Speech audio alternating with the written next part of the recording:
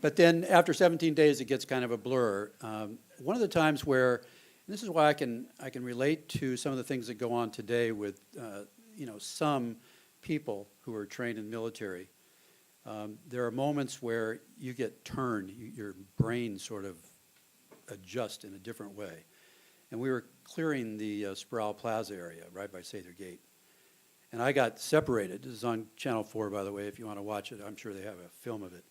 I got separated off to the right. And I happened to have been interviewed a lot and on a lot of different video for some reason. I don't know what was that about. But that day, being separated from my group, I was alone, and I had chased down some folks going through the little group of trees there to the right. Some of you probably know those. And for some reason, bayonet attached, I swung around the training-wise, and this fellow who was probably a football player, and I swung around, and just out of training, I hit him with the butt of my rifle on his elbow. And he did not like that. And he turned, and my bayonet swerved around right at his neck. Yeah. Now, people don't realize that we also had rounds. It's never discussed. We were locked and loaded. Kent State could have happened right then and there. Calmer heads.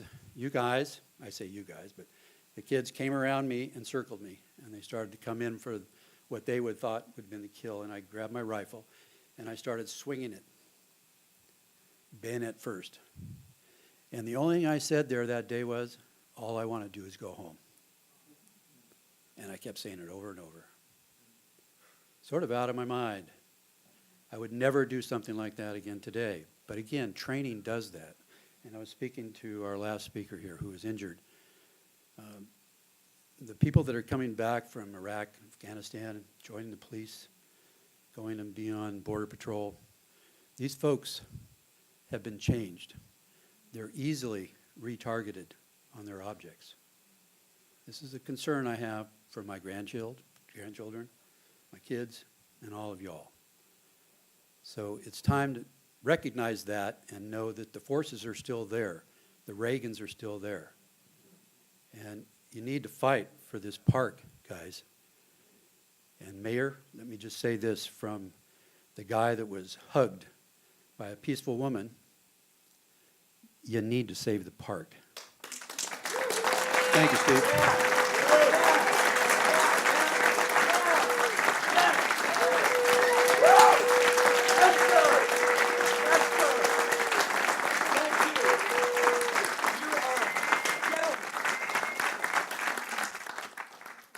Our last but not by any means least speaker, you may recall from a photograph that was taken of him that became a kind of iconic photograph of that struggle. There was a man, young student, who was gut shot by an Alameda County Sheriff deputy who nearly bled out on the street. He was strapped to a gurney, taken to a hospital, and in his pain flashes a peace sign.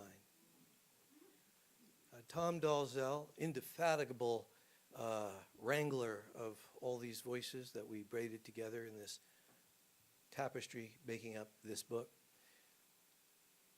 discovered that this young student was still with us. And who was he? And he found him living in Oxnard. Donovan Rundle was his name. He was a first quarter freshman, had been reading The Tempest on north side of campus, and then made his way back across campus and up Dwight Way to the college residence where he lived, where he encountered the sheriff's deputy, one Lawrence Ritchie, who from 20 yards took direct aim with his shotgun loaded with buckshot and pulled the trigger. As I say, Mr. Rundle nearly bled out on that sidewalk and has endured over the last 50 years something on the order of a baker's dozen or more surgeries and been living in pain. I did not know he was going to be able to come up and join us, but please welcome him, Donovan Rundle.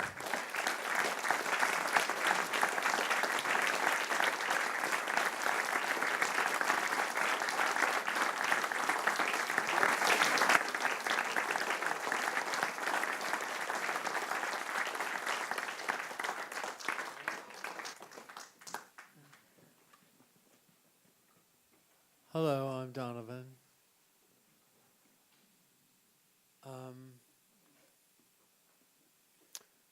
You can read the rest of my story in Tom's book.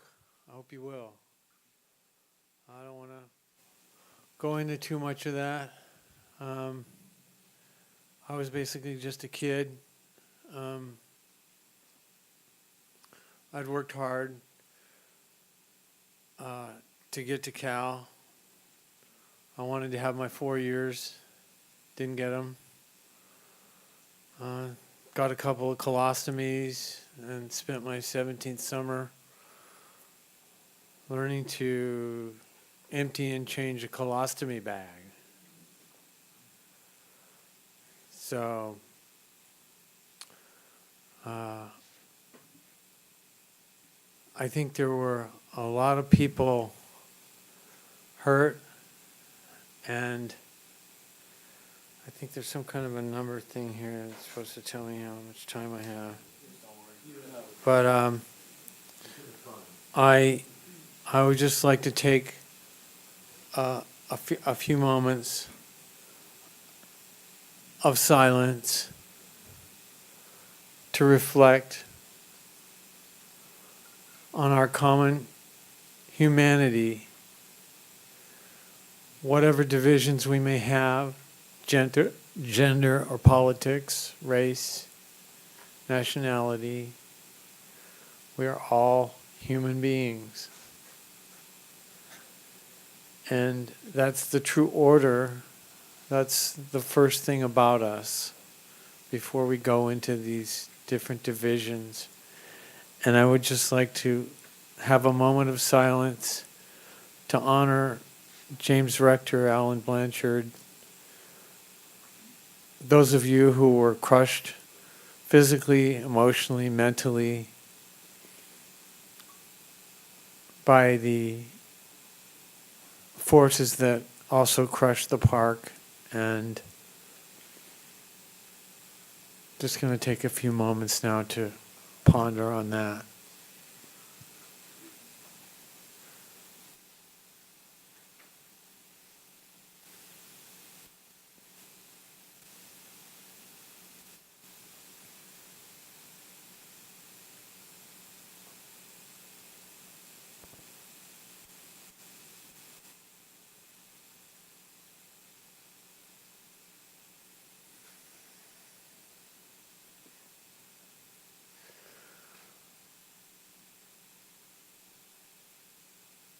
I thought that I had free speech. I learned otherwise. I tried to express my feelings in a peaceful, whimsical way to this deputy when his pepper fog machine ran out of pepper fog or whatever, CS gas, and I simply applauded. And when he was drawing a bead on me, I was raised with knowledge of firearms, and my last thought was, doesn't he know you never point a gun at someone? I had seen violence at Century Plaza because I'd been against the war. I was a young man. I didn't want to go. I had studied. I was a scholar. I knew the history of the French in Vietnam and people trying to get self-determination there.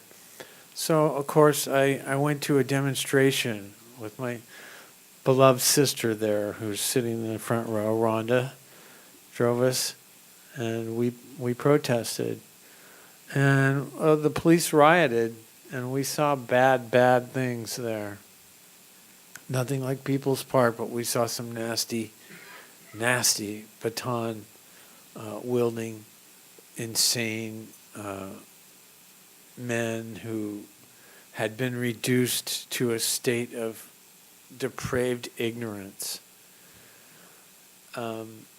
And I didn't want to be involved with that anymore. So when I did go down to the park, and I saw what was going to happen, so I went back to North Campus area and was just reading the Tempest for comparative lit class and until it got quiet, and then I thought I could make it home to my dorm, but I never did, except to clean out some things.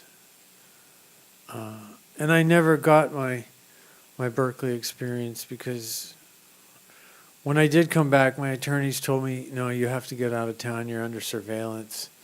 They're going to try to slander you the way they did James Rector, and you have to get out of town. So I really enjoyed a lot what the rabbi had to say, and I think in a way it was reminiscent of, I think it was Gandhi who said, be the change you want to see in the world. And I'm just going to leave it at that. Thank you, Tom.